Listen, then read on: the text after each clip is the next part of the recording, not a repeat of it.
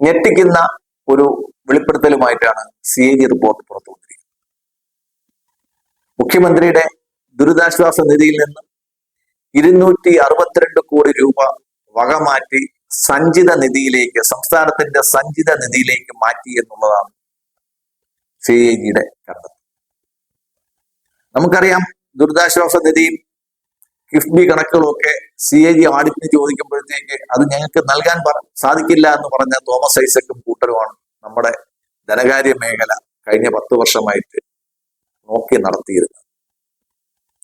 അപ്പോൾ എന്തുകൊണ്ടാണ് വിവരാവകാശ നിയമപ്രകാരമുള്ള രേഖകൾ കൊടുക്കാൻ തയ്യാറാകാത്തതെന്ന് CAG പറഞ്ഞപ്പോൾ നമുക്ക് മനസ്സിലായി. ഇത് വളരെ ഗുരുതരമായിട്ടുള്ള ഒരു ക്രമക്കേടാണ്.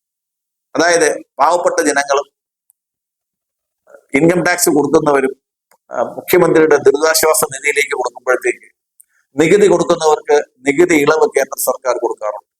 അവർക്ക് വരുമാന നികുതിയിൽ നിന്നും ഇൻകം ടാക്സ് എക്സംഷൻ കൊടുക്കും മുഖ്യമന്ത്രിയുടെ ദുരിതാശ്വാസ നിധിയിലേക്ക്.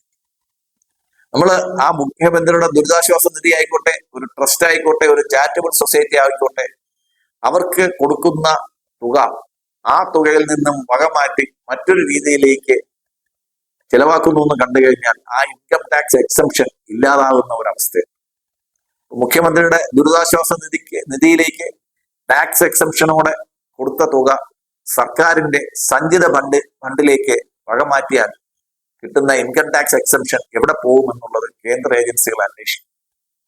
എന്തായാലും പിണറായിയുടെ ഭരണകാലത്ത് കഴിഞ്ഞ 10 വർഷക്കാലം നടത്തിയ അഴിമതിയും ധൂർത്തും ഇതുപോലുള്ള വകമാറ്റലുകളും നിയമ വ്യവസ്ഥയെ വെല്ലുവിളിക്കുന്ന രീതിയിലുള്ള പ്രവർത്തനങ്ങളും അടുത്ത ഈ വന്ന സർക്കാരിനെ മുന്നോട്ട് കൊണ്ടുവരാൻ സാധിക്കുമെന്നും തുറന്നു കാട്ടാൻ സാധിക്കുമെന്നും കുറ്റക്കാരായവരെ നിയമത്തിന് മുമ്പ് കൊണ്ടുവരാൻ സാധിക്കുമെന്നും നമുക്ക് പ്രതീക്ഷിക്കാം.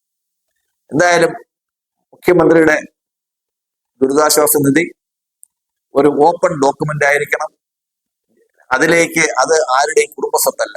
പാവപ്പെട്ട ജനങ്ങള് ഒരു പ്രത്യേക ആവശ്യത്തിന് വേണ്ടിയിട്ട് സർക്കാരിന് അല്ലെങ്കിൽ സർക്കാർ രൂപീകരിച്ച ഒരു ഫണ്ടിലേക്ക് നൽകുമ്പോഴത്തേക്ക് ജനങ്ങൾക്ക് ഒരു വിശ്വാസമുണ്ട്, അത് നല്ല കാര്യത്തിന് ഉപകാരപ്പെടുമെന്നും അവർ കൊടുക്കുന്ന കാര്യത്തിന് ഉപകരിക്കുമെന്നും.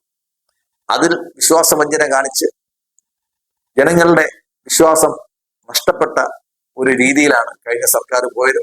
അതിന്റെ തിരിച്ചടിയാണ് അവർക്ക് വെറും ABCD എന്ന് തുടങ്ങി 26 സീറ്റുകളിൽ CPM എന്ന പാർട്ടി ഒതുങ്ങേണ്ടി വന്നത്. നന്ദി, നമസ്കാരം.